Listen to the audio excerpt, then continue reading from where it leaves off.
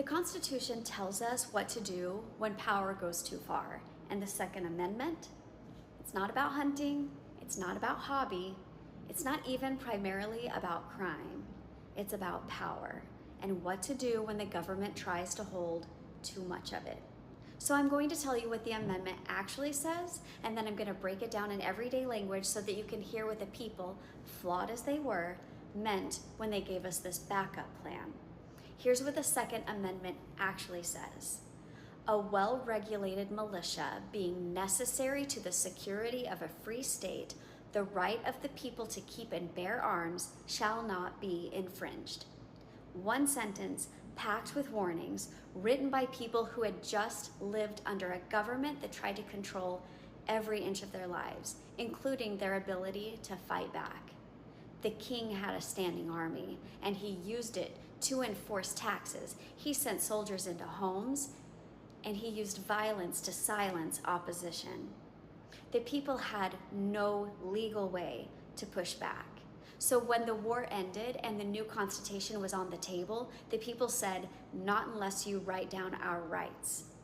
The right to speak up, the right to protest, the right to believe freely, and yes, the right to defend ourselves if this new government forgets that power flows from us. This is how they said it.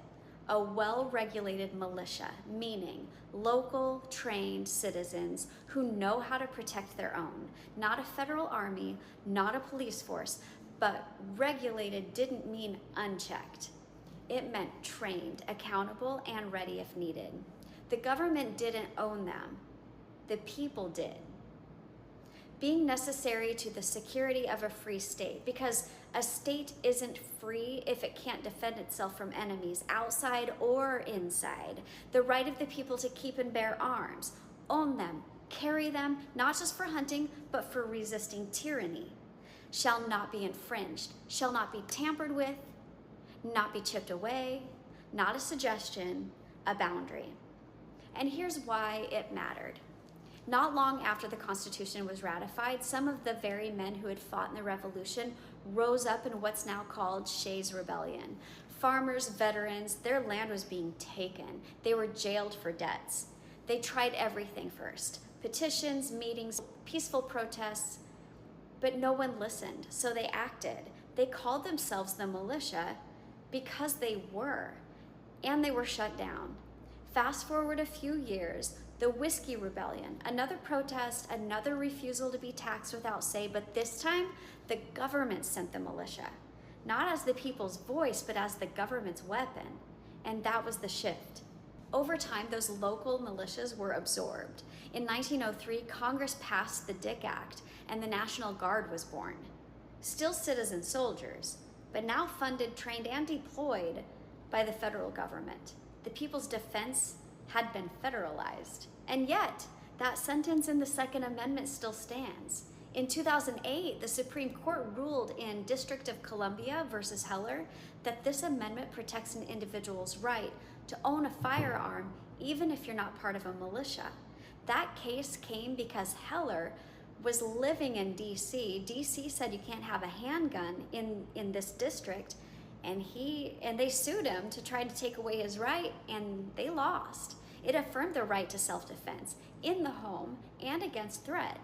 But let's not forget what the framers meant in the first place. This wasn't about recreation. This was about resistance. It was about recognition that power, if left unchecked, will always seek more of itself, and that sometimes the only thing that stands between tyranny and liberty is a citizen who could say no and mean it.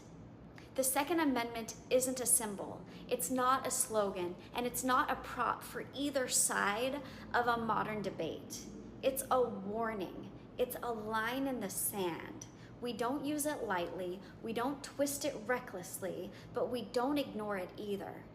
Because the Constitution doesn't just tell us how to build a nation, it tells us how to keep it and how to stop it from becoming the thing that we once fought to escape. The First Amendment is the voice. The second is a last resort when the voice is crushed.